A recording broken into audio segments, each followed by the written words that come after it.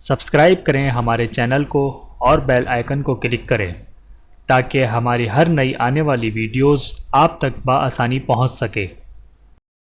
اعوذ باللہ من الشیطان الرجیم، بسم اللہ الرحمن الرحیم۔ تمام دیکھنے اور سننے والوں کو السلام علیکم ورحمۃ اللہ وبرکاتہ، اور میں آپ سب کو اپنے چینل میں خوش آمدید کہتا ہوں۔ اور آج کی ہماری اس ویڈیو کا عنوان ہے اعتکاف۔ آئیے جانتے ہیں اس ویڈیو میں۔ بسم اللہ الرحمن الرحیم۔ اعتکاف عربی زبان کا لفظ ہے، اس کے معنی ہے ٹھہر جانا یا جم جانا، یعنی ایک جگہ ٹھہر کر عبادت کرنا۔ اسلام کی اصطلاح میں اعتکاف سے مراد انسان نیت کر کے مسجد میں سوائے ضروری حاجت کے جو مسجد میں پوری نہ ہو سکتی ہو، مسجد سے باہر نہ جائے۔ اعتکاف کے بارے میں قرآن پاک میں سورۃ البقرہ کی آیت نمبر 187 میں آتا ہے، جس کا ترجمہ یہ ہے: اور ان سے مباشرت نہ کرو جب کہ تم مسجدوں میں معتکف ہو، یہ اللہ کی حدیں ہے، سو ان کے قریب نہ جاؤ۔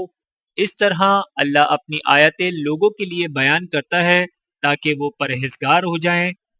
اگرچہ اعتکاف رمضان کے علاوہ بھی ہوتا ہے، لیکن رمضان میں اعتکاف فرض کفایہ کی حیثیت رکھتا ہے، اس لیے اعتکاف عموماً رمضان میں کیا جاتا ہے۔ اعتکاف ایک دن کا بھی ہو سکتا ہے اور زیادہ کا بھی۔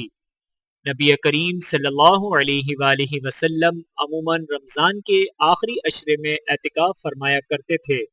آپ صلی اللہ علیہ وآلہ وسلم کے اس طرز عمل کے بارے میں حضرت ابو ہریرہ رضی اللہ تعالی عنہ فرماتے ہیں کہ نبی کریم صلی اللہ علیہ وآلہ وسلم کے سامنے ہر سال ایک بار قرآن پڑھا جاتا، لیکن جس سال آپ صلی اللہ علیہ وآلہ وسلم کی وفات پائی، اس سال آپ صلی اللہ علیہ وآلہ وسلم کے سامنے 2 بار قرآن پاک ختم کیا گیا۔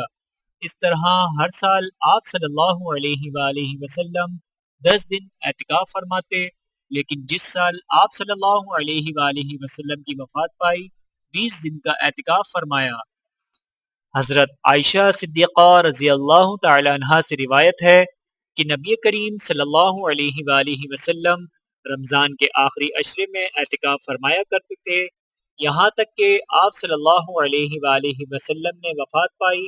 آپ صلی اللہ علیہ وآلہ وسلم کے بعد آپ صلی اللہ علیہ وآلہ وسلم کے ازواج مطہرات نے بھی اعتکاف کیا۔ ان سے یہ پتہ چلتا ہے کہ یہ عبادت مردوں کے علاوہ خواتین بھی کر سکتی ہیں۔ حضرت عائشہ صدیقہ رضی اللہ تعالی عنہا فرماتی ہیں کہ اعتکاف کرنے والوں کے لیے اعتکاف کے معاملے میں سنت یہ ہے کہ نمبر 1، اعتکاف روزے کے بغیر نہیں ہوتا ہے۔